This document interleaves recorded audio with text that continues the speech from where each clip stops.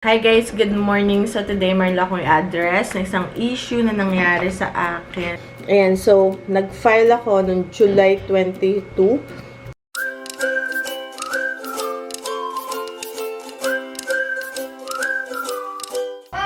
Hello guys, nag-order lang ako ng online sa delivery, yung grocery, yung online grocery delivery. Tapos, ito yung mga tomatoes na nakuha natin. So, ang gagawin ko, isa-save ko yung seeds kasi ito, isang variety to eh. Yung yellow. Tapos, ito naman yung pink ponderosa. So, ang gagawin ko, isa-save ko yung seeds nito. Ito, hiwalay ko. And then, if i-freeze ko, kakatin natin. Tapos, meron din tayo ito from the garden jalapeno. Isa-save din natin yon. If i-freeze ko din, para sa winter, pag nag-stew ako, nagluto ako ng sauce, na kailangan ng sauce, is meron tayong, tsaka ito rin, i-freeze din natin yan. Kasi pag nandyan lang yan, hindi nyo agad nakain, mabubulok lang. Since meron pa naman tayo sa garden, so mag-freeze tayo para pang emergency natin sa winter. Yes guys, nag-ready na tayo sa winter kasi August na ngayon. So today is August 2nd. And sobrang busy ko ngayon kasi yung nagtataka ako ba't yung kay Ben na box from school, yung school supplies ni Ben, hindi pa dumarating. And kanina umattend ako ng parang pre-orientation kay Kuya tsaka kay Ben.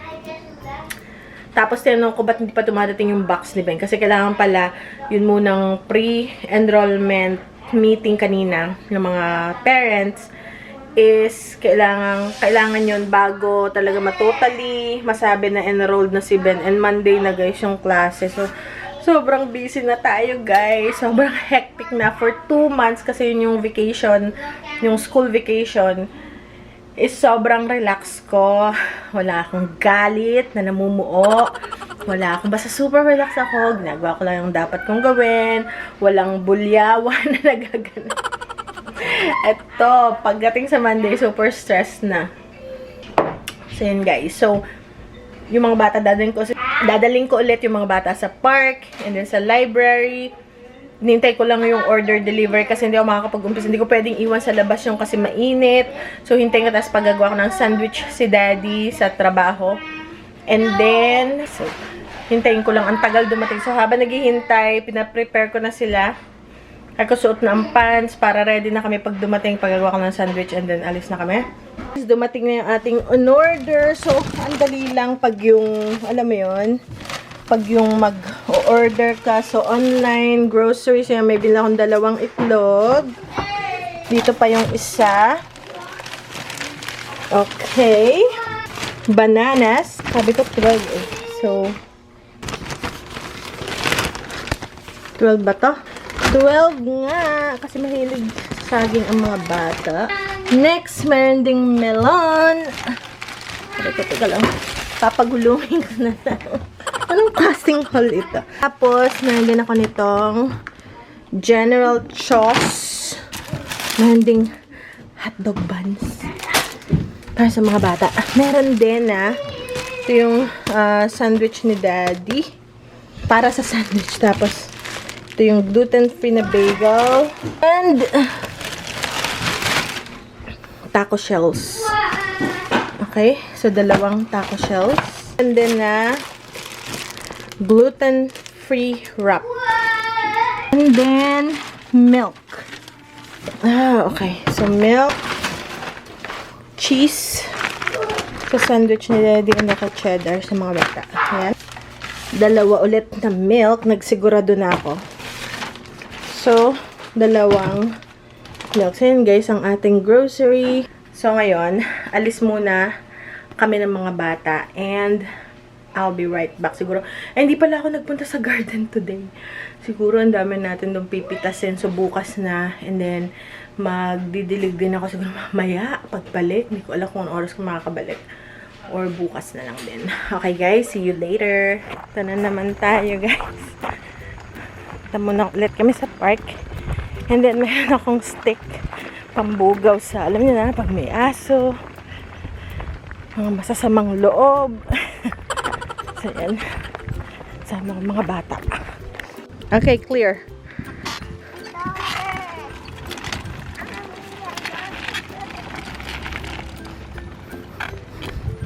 Paahon. So yan, nakakita kami ng malaking sandbox. Not the sandbox. Hindi naman ito sandbox. Ano lang, ano itong tawag dito? Baseball field. Okay, so dyan muna sila. Ako naman dito, ako mauupo. Ang init. Okay. Gusto rin lang maglaro sa sand. Tingnan mo si Ben. Naggilong-gil. The shoes over there. Okay.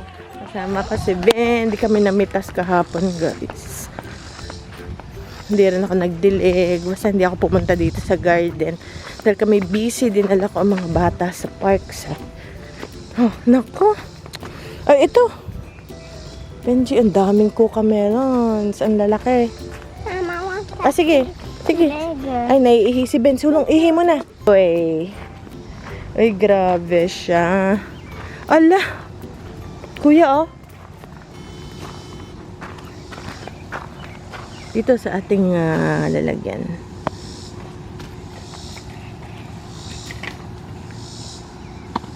Ito pa bansoy, oh.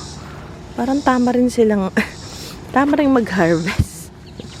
Parang ayaw nila mag-harvest. Nagsasawa na. Ay, naku. That's red.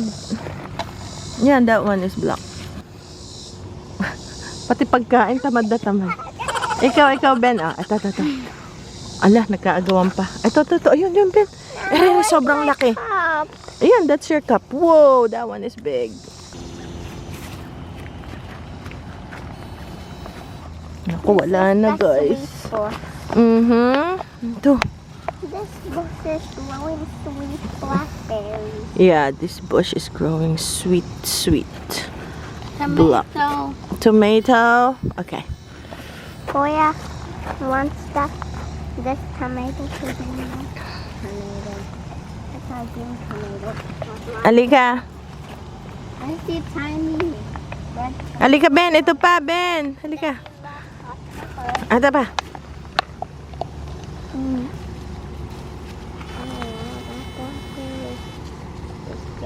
Ooh, I see a big one. This is the tiniest Ito pa, Ben. tomato. Oh, wow. Yes. The tiniest of all tomatoes. Halika, Ben. Ito pa.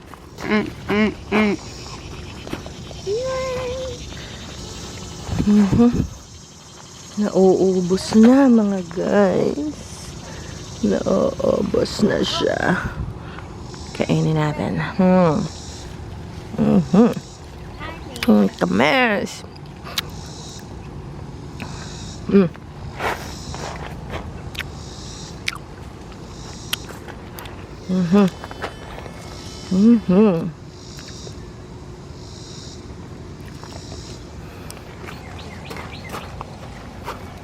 Wow.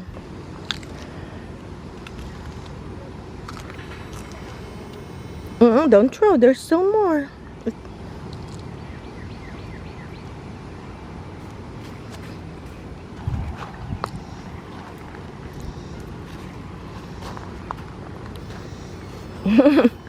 Bebang. If you want to play outside, oh, there's no cars. Cars are over there. No, it's over there. It's far. Come with me. There's no cars in the window. You can ride your bike. Let's go. We can ride our bikes. Daddy just wants to play hide and seek. Yeah. Bebang is there already. Let's go. Okay, ayan oh. Maasim na yan. Mama, is this tomato? Yeah, blue cream. Blue cream. More blue cream. Wow. Look how heavy it is. Oh my goodness. Ang dami pa tayong itong i-freeze natin yung mga tomatoes natin, guys. Dahil, tapos Ben, let's go get this big one. Oh, wow. Oh, that's pink. Ito ba yung pink? Parang ito nga yung pink. Oh. So, ito yung pink, guys. And then, ito yung red. I seen the longest okra. I know. Choppy, choppy. Okay, let's chop. Put it in the cup. Hold it. You wanna hold it, Ben? Because I need somebody to hold it. Kunin natin tong tutumi. Ito na yung ating last kalabasa harvest. Wait lang. Wait lang, Ben. Oh, wait. Alrighty. Oh, there you go, Bob. Oh. Wow, let's see. Here. Kuya, put it on your head. Ikaw, like Benjamin.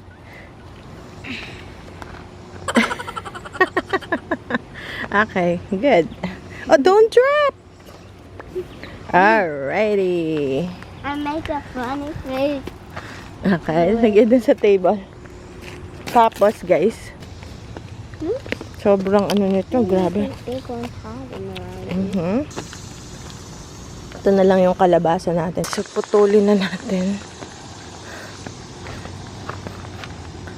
Kasi, hindi na rin siya ano eh.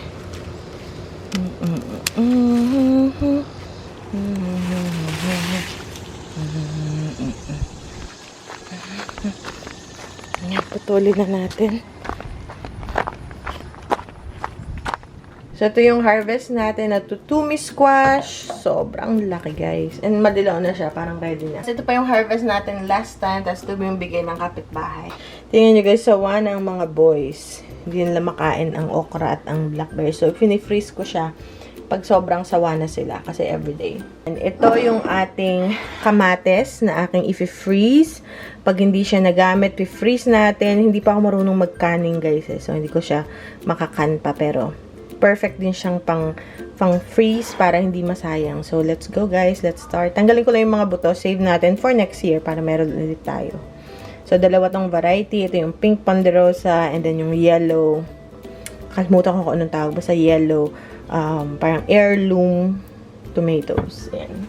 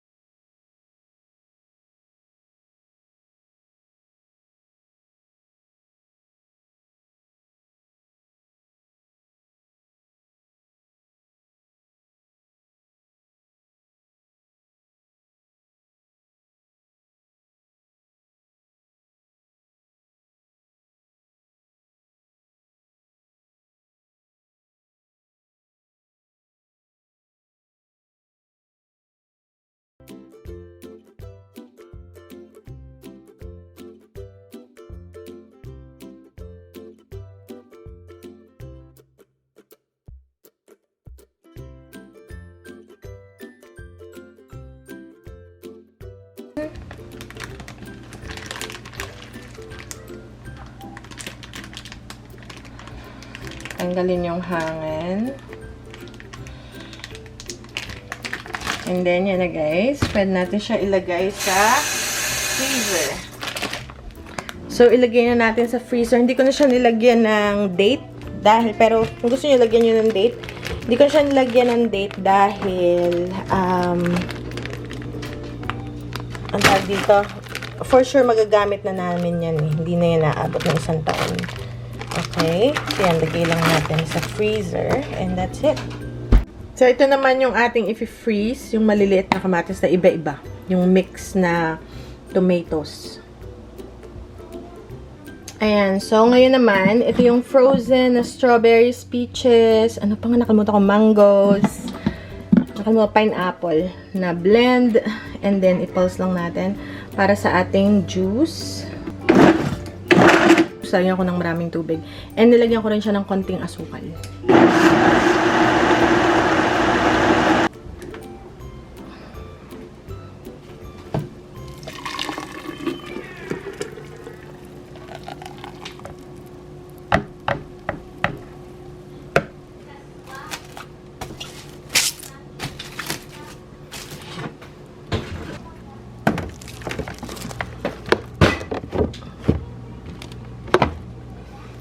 Hi guys, good morning. So today, meron lang akong i-address na isang issue na nangyari sa akin 2-3 weeks ago. So, merong nag-pop up. Si Kali andito kasi tuwing mag-vlog ako, andito siya. Okay, so upo. So, may nag-pop up sa Facebook na parang, alam niyo, mahilig tayo sa mga Amazon returns, mga liquidation. So, ngayon, meron lumabas. Ang kulit naman itong si Kali. So, may lumabas sa Facebook, parang nagsisearch lang ako. May lumabas na unclaimed Amazon packages, ganon. Tapos, o-order ka doon sa Facebook. Kasi parang ang gagawin ko, surprise sana yon, regalo para kay baby, parang ganon. Kasi nga, pang-benta, ganyan. So, ang itsura niya is ganito. Hinahanap ko siya ngayon sa, So, umorder ako. Sabi ko, wow, parang good deal yun na. Parang, meron sila na parang maliit na box. Tapos, merong medium, merong super na box yung nakalagay. So, sabi ko, gusto ko yung itry. Ang nangyari, in-order ko siya. Nung in-order ko na yung dalawang bag. Mamaya ako papakita yung website para mag-ingat din kayo. So, you have to be careful when ordering or yung mga claims sa Facebook or sa social media na mga, kasi uso ngayon yung mga Amazon returns, pallets and all that. So, ito naman is online. Tapos, isi-send nila sa bahay. Ganon. So, magbabayad kayo. So, ang in-order ko is dalawang super. Yun yung tawag sa kanya. Dalawang super box. Ganyan. Unclaimed Amazon packages. Ganon. Yun ang tawag. So, ang in-order ko super.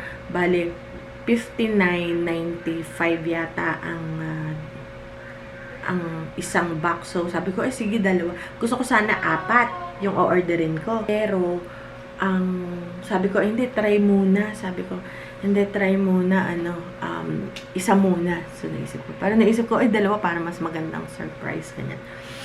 So, in-order ko dalawa. So, ang amount niya is $119 for dalawa.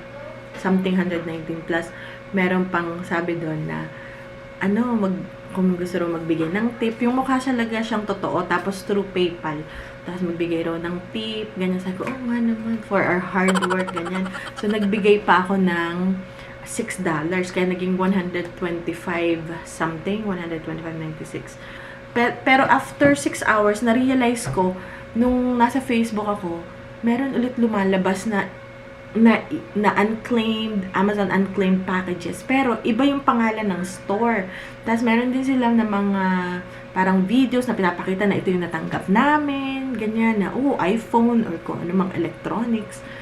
Ganyan. Pero, dun sa isang website, tapos meron pa rin isang website, parang another account, na meron din papakita ng mga nakuha nila para mukhang totoong-totoo. Tapos, nagme-message yung author, ang tawag kasi author, yung kung sino yung may hawak ng account na, thank you for your purchase, ganyan. So, mukhang totoo.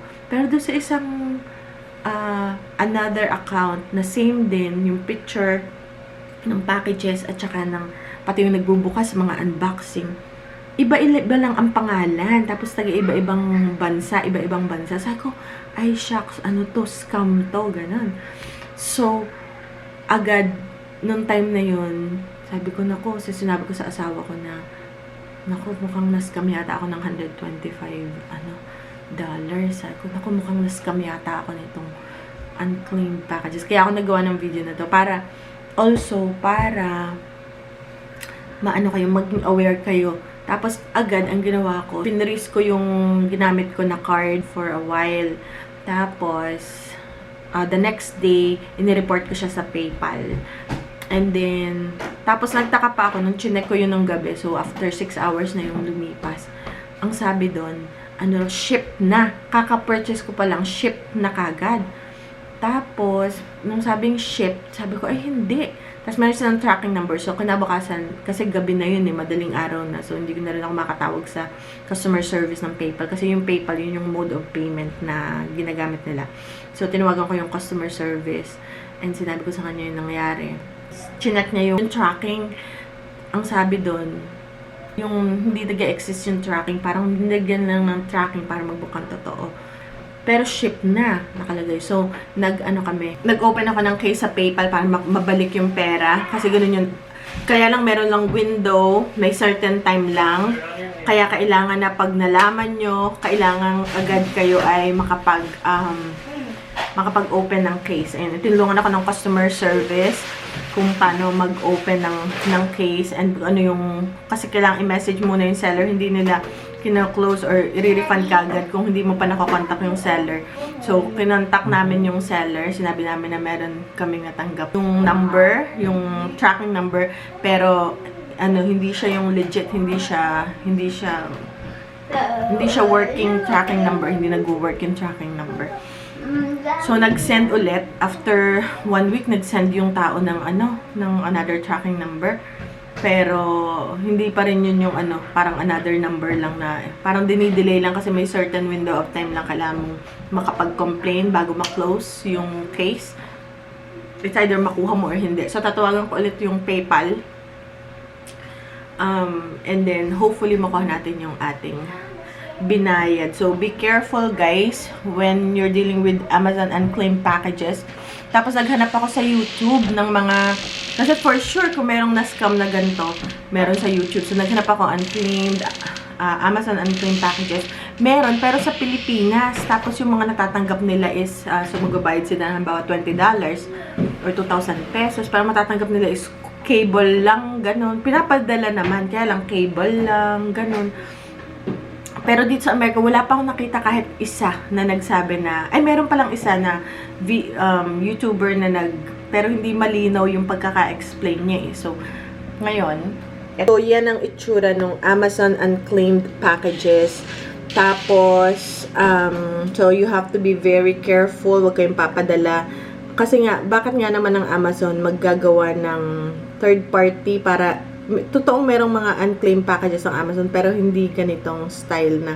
Tapos, ang nangyayari pa dito, sobrang, ang daming nabibiktima guys at isa na ako doon. Ang dami tayo, kasi makikita mo sa comment section na ang daming nag-order. Be careful dun sa mga scam na ganito na gaya nito.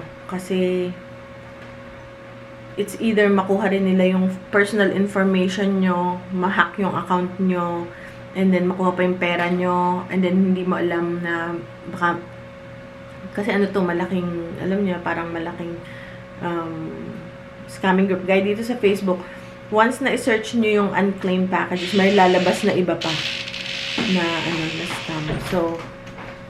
So, meron ding nagpo-post na iba na account na wina-warn nila yung mga tao. Pero hindi ko to guys. Kasi parang tempting talaga, diba? Ang dali naman na i-search. Pero hindi ko siya na-i-search kasi parang, wow, mukhang totoo talaga. Merong isang nag-post ng all ads for Amazon unclaimed packages are scams. So, yan. So, be very careful. Yan. Which is madadala ka talaga kasi mukha talagang totoo. Ang galing nila. So, hopefully makuha ko yung pera ko na 125. Sana guys, talaga 4 yun eh. So, imagine, muntik na akong mas-scam ng 250 dahil kasi gusto ko 4 na box. Chinese, guys, yung pangalan ng account sa PayPal. So, sa Chinese siya. Hindi ko na papakita yung full name. Tapos, ayan yung binayaran ko. And then, okay, nag-open ako ng case. Yan yung seller info. Hindi ko na papakita ang pangalan. Ayan, seller info. Tapos dito, see the status or status ng case na final ko. And so, nag-file ako noong July 22, which is July 21st yung binili ko, yung unclaimed package. Tapos, yung seller's info, nag-message naman. Kasi minessage ko July 22 sa 8 days. Kasi may 10 days siya na pag hindi siya nag-reply, automatic i-reverse yung pera. Talagang hindi siya tumigil. Ito yung message ko. I see that you have shipped the item but it's not a valid tracking number. I tried to find it and it's not valid. I would like a full refund for this item. So, yun yung... So, naghintay, ang mangyayari, naghintay ng messages, ng reply para doon sa seller. Nag-reply naman. Dito. Nag-reply yung seller, ayan, yung mga scam ng July 30th. Di ko napapakita yung message niya. Pero, part ng tracking number yung binigay. So, ngayon, wait na lang ng resolution. Ito, estimated resolution, August 12. Kasi nire-review nila yung info. So, ngayon, tatawagan ko ulit yung PayPal. Make sure na maano ko sa kanila na ano ulit yun, yung binigay na tracking number is invalid din yun. So, yun guys. So, mag-iingat tayo sa mga, especially ngayon, ang daming mga scammer talaga. So, yun. So, ito ibang klase naman to, hindi through phone, pero ikaw yung mismong nagpa-scam sa sarili mo kasi talagang nagpaloko ka dun sa kanila. So, make sure pag about unclaimed packages from Amazon, huwag kayo maniniwala. Never, never, never fall for this scam. Kasi scam siya talaga. So, yun guys. I'll give you an update kasi August 12 pa daw. Yung estimated case resolution, it's either mabalik yung pera ko but hopefully mabalik to kasi kagad na report ko and alam na nila na isa scam and sinabi ko. So sabi niya nga nung customer service, yeah, that sounds weird na parang na-ship kagad. Tapos yung shipping, yung transaction is not valid. So yun. So yun guys, update ko kayo kung nabalik ba yung pera ko or hindi. And mag-iingat kayo sa Amazon unclaimed packages sa Facebook. So I'll update you guys in 2 weeks and yun lang, and see you guys later.